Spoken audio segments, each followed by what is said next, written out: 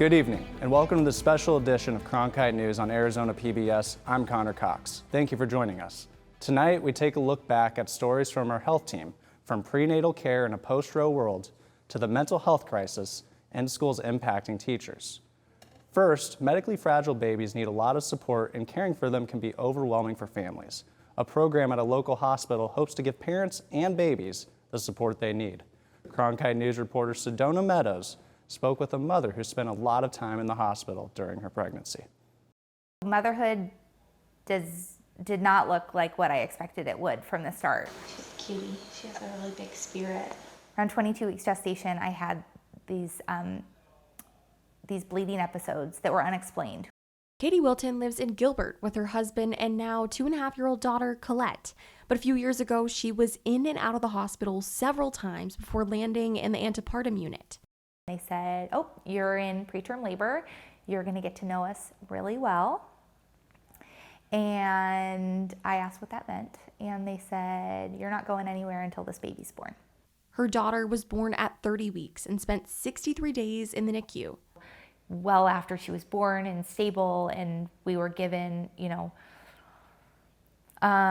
positive prognosis, I still struggled with what I went through in the pregnancy because I hadn't been able to process that because it had been so chaotic. That stress and chaos during difficult times are what March of Dimes hopes to end. They have partnered with several hospitals across the country to get families the support and education they need.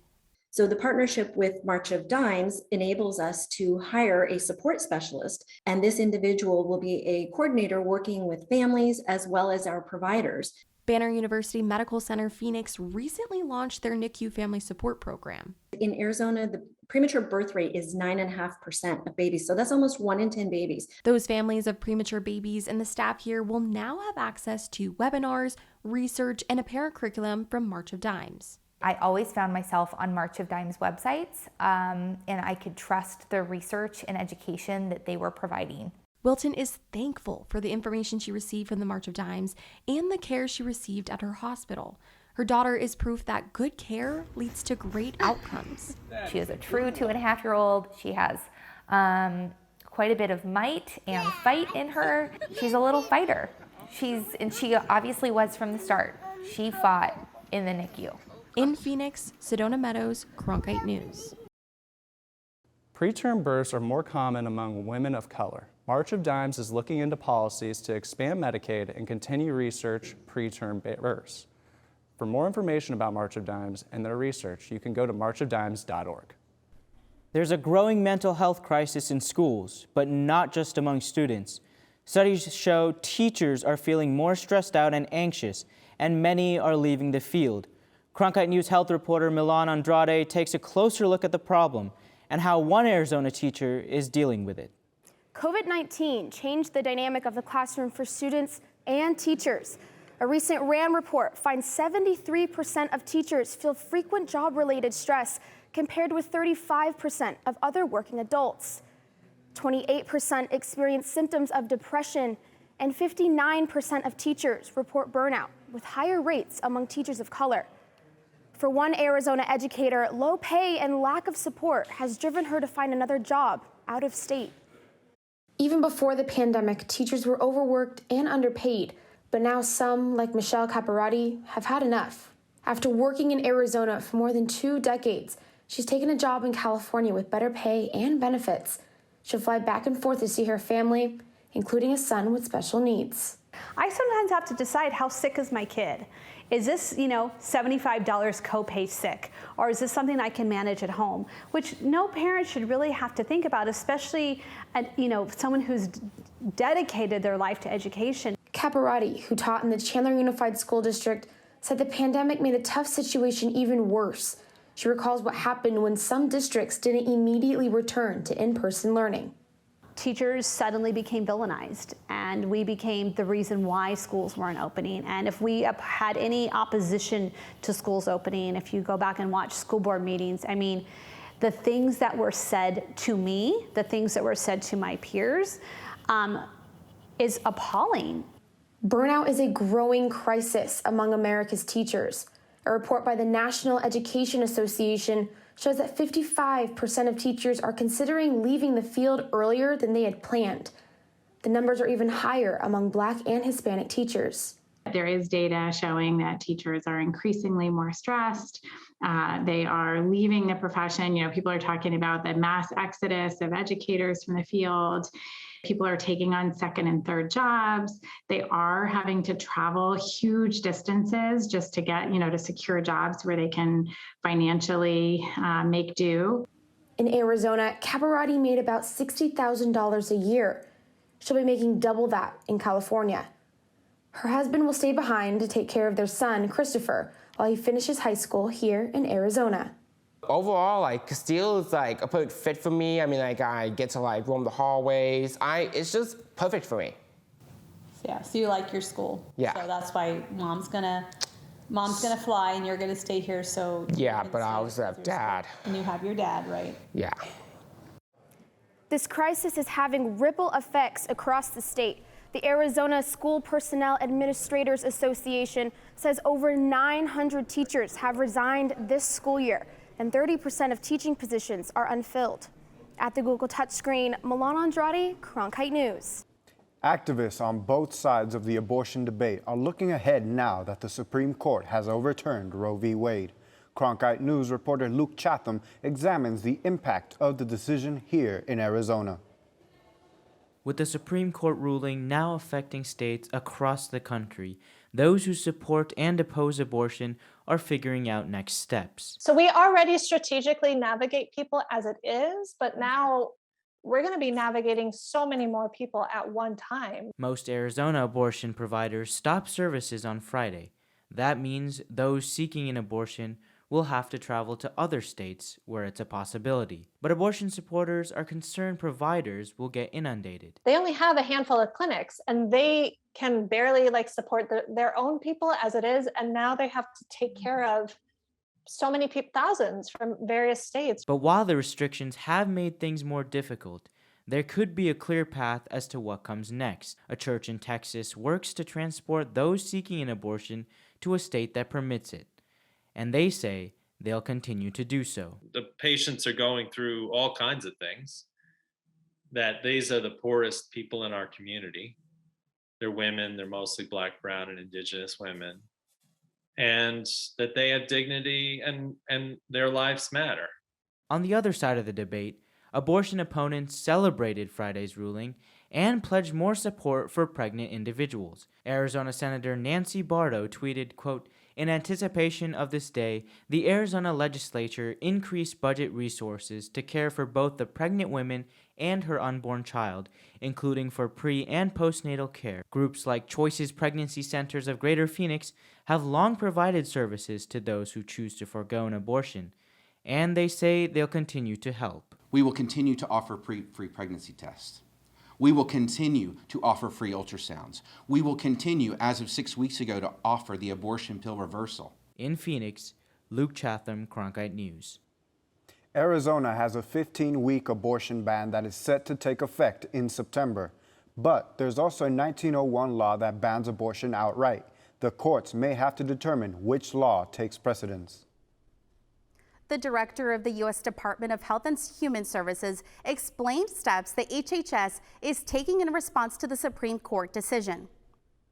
The HHS is taking steps to increase access to medication abortion, working to ensure patient privacy on non-discrimination for patients, and protecting family planning care, including morning after pills. In an interview with CNN, Vice President Kamala Harris explained other steps the administration is taking. So the president rightly last week, when the decision came down, indicated quite unambiguously that we will do everything within our power as an administration through the executive branch to ensure that women have access to the medication they need, which has been, by the way, FDA approved, and that they will have freedom of travel and that travel should be unrestricted. In an effort to quell some fear of impending abortion bans, Attorney General Merrick Garland said that states may not ban abortion pills because they disagree with the FDA about their safety. With the continuing rise of at-home DNA tests, many people are finding surprising information about their family trees. But not all of these findings are good. Rachel Fortunato takes a look at an organization that helps people navigate the effects. Herife Hope and Healing hosts retreats for people who have discovered their family is different than they thought. There are tons of these people who are finding this discovery. A study shows that 20% of Americans have taken a mail-in DNA test. 1/3 of those people have discovered a relative they didn't previously know about. It is literally life-changing, earth-shattering, and you're not the same person you were before. These life-changing experiences are often only understood by people who have experienced similar discoveries. These retreats bring people together who can provide a lasting support system. You know, I have a lot of people with good intent in my life that are very supportive, but there's just nothing like being around people that have had the exact same experience as you. The realizations aren't always happy. At retreats like this one in Arizona, facilitators host sessions that allow people to process the change. I help people develop, using their 5 senses, develop sort of deeper and more visceral words and ways to write about their experiences. Along with offering healing sessions, attendees also stay in a private home together. Herife co-owner Aaron Cosentino explains how this aspect reflects the real world. We heal in these sessions, but we also think that it's super important that people realize that we do heal in the mundane. The word Herife means longing for someone's home. The hope is, at retreats like this, participants can find a new sense of what home can be. In Phoenix, Rachel Fortunato, Cronkite News. Their Phoenix retreat was the first in the Western U.S., and most retreats last around 5 days. A bill in the California legislature that would allow parents to sue social media companies over their child's social media addiction. Reporters Emily Miranda talks with parents and the policymaker who says it could have implications for the entire country. Michaela Medell is just 10 years old. Her mom limits her to less than an hour per day on platforms such as YouTube. According to Common Sense Media, 38% of tweens ages 8 to 12 use social media. Adriana Medell is a single mother who works full-time and says it is her role to monitor her daughter's social media usage. I don't agree with the bill. I think it's really up to the parents to monitor their children's social media accounts. Yet some advocates like Common Sense Media say social media companies know how to target kids in a way parents cannot stop. The reality here is that social media can enter a room where parents can't see into. It's not something that we can stop at the door and say, hey, you're not allowed to enter my house. A bill moving through the California legislature, AB 2408, creates an accountability standard for social media companies. Parents who prove their child is addicted can sue for up to $25,000 per violation. While advocates such as Common Sense Media are ready to hold social media platforms accountable. Companies like TechNet and Chamber of Progress argue that kids under 18 would no longer have access to important online support networks. What they're saying is that teenagers won't be able to spend time with their friends and peers, one of the few solaces during the pandemic. But Medell says her daughter experienced bullying for the first time, and she says lawmakers need to focus on content, not screen time. Just become really something that's, in my opinion, something that's a really dark place for kids, and I do feel like something needs to happen. Dion believes other states may follow with similar legislation. If California can protect its kids, I think other states will have to ask themselves, why don't our kids deserve the same level of protection? In Los Angeles, Emily Miranda, Cronkite News. The bill gives companies an option to avoid the courts. They must maintain quarterly audits to evaluate their practices. If practices potentially cause addiction, they must be fixed within 30 days. Arizona ranks high as a dangerous state for bicyclists, according to the National Highway Traffic Safety Administration. But a team of engineers and students at Northern Arizona University want to make cycling safer with a sensor that picks up on dangers, according to Cronkite News' Atria Maneshny. A sensor that is the brain of the whole system. To revolutionize biking safety. We're going to see a change right here. is coming out of an engineering lab at NAU. A dedicated team of students have been working on these sensors since last year. Like on a weekly basis, we probably spend like 10 hours a week at least working on it. The idea started back in 2018, when vehicles with safety technology were becoming popular.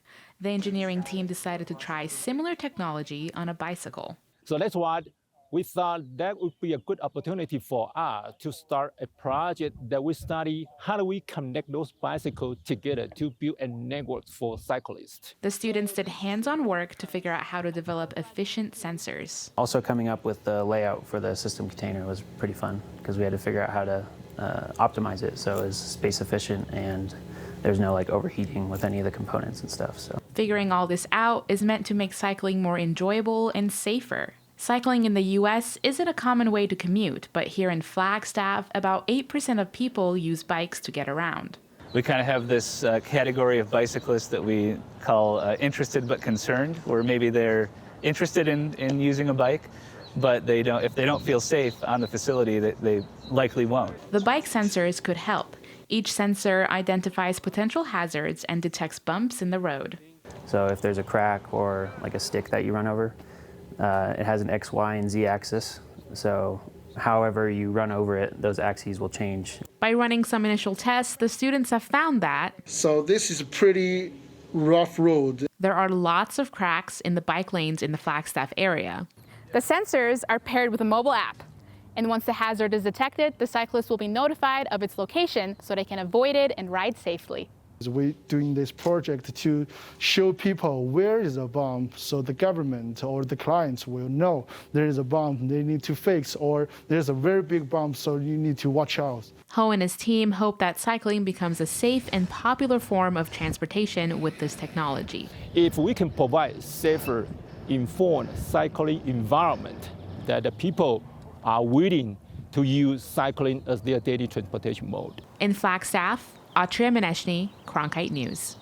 The next steps for these engineers are to create a prototype bike and potentially manufacture it in the future. That's it for Cronkite News tonight. Thanks for joining us. Break It Down is next. For top Arizona stories anytime, go to cronkitenews.azpbs.org.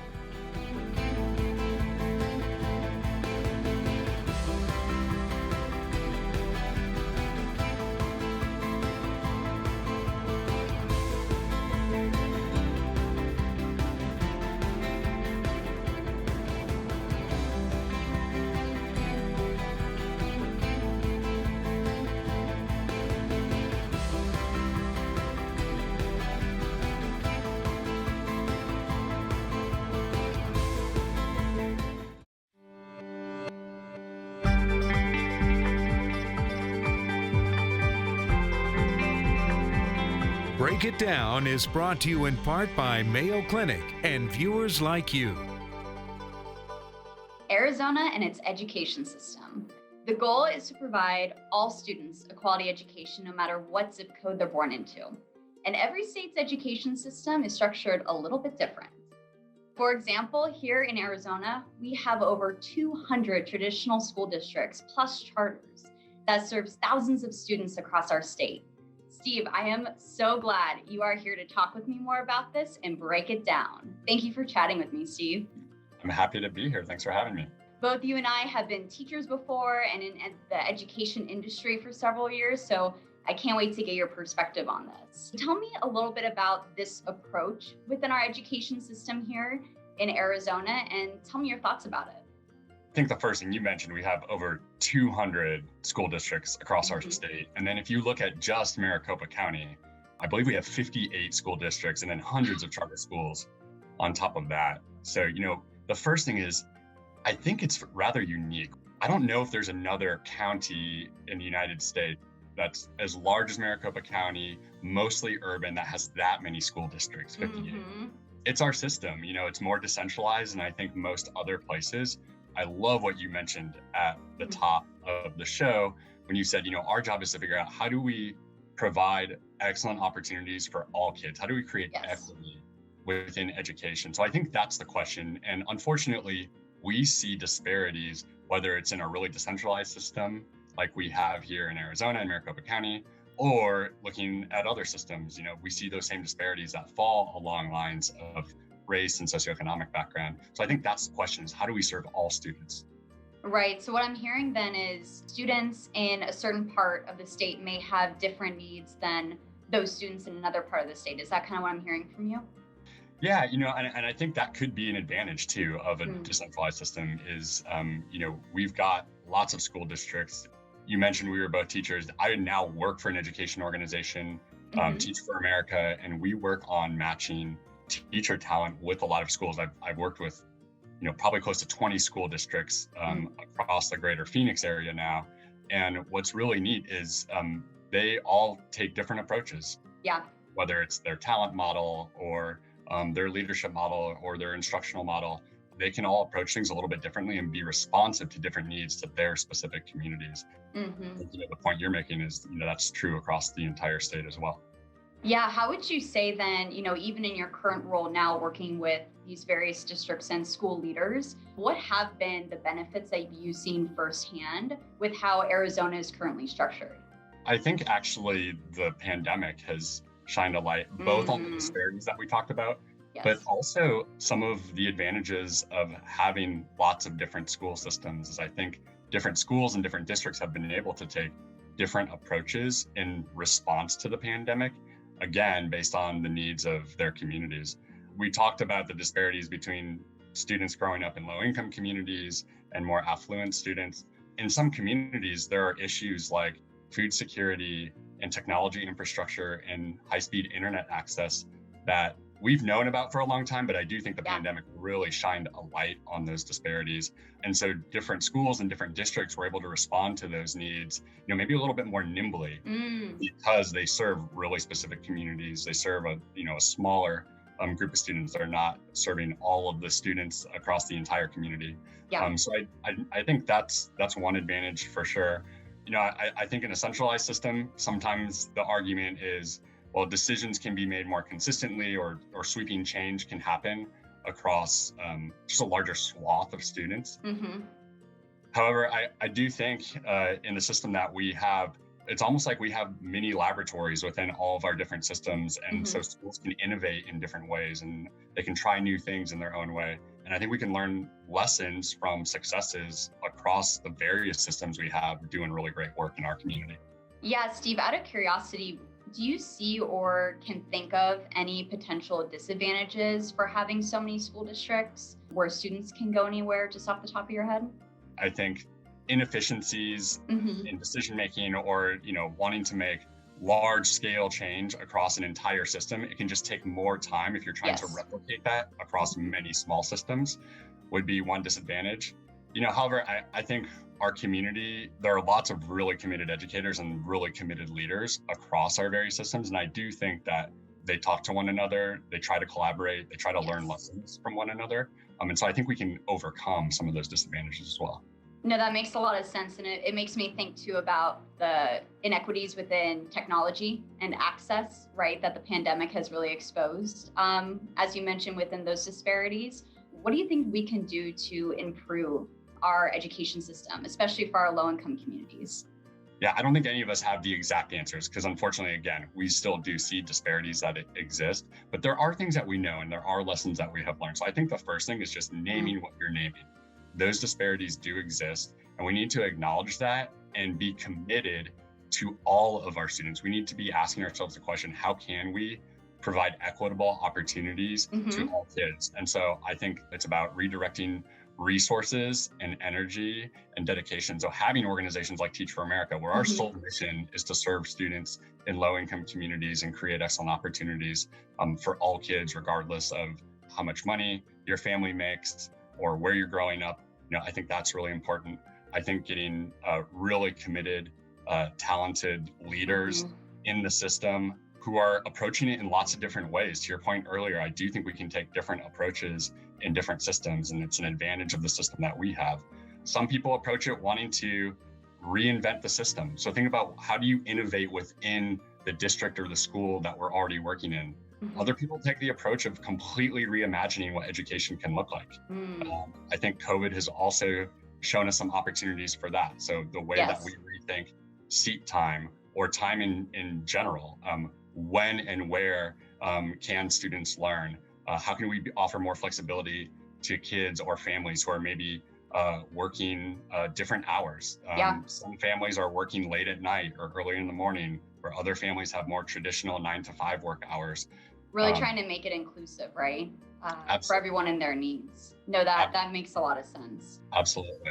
Yeah, Steve, thank you so much for breaking down this topic with me. It's really making me, and I'm sure others, think about all the possibilities, right, that we have and the opportunities that we can take to make our education system stronger and better for our kiddos, because they are the next generation of leaders. Absolutely. So really appreciate your time, Steve, and thank you so much. Thank you, Veronica. Great to talk to you.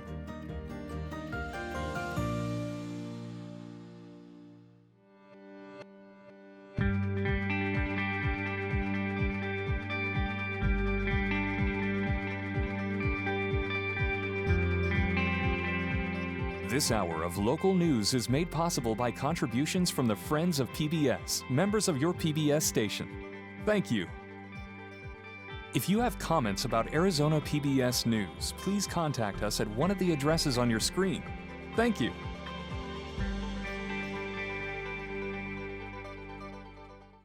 I was so excited when I learned that I was going to be the next moderator of Washington Week. I was incredibly lucky to be mentored by Gwen Ifill, and what that gave to me was this confidence that I could be my full self and that I was deserving of whatever spaces I was in. Welcome to Washington Week. I also feel this great joy in taking the helm of Washington Week, knowing that I can mold it and make it my own, but also make sure that it is still within the legacy and the tradition that made it so great for all of these years.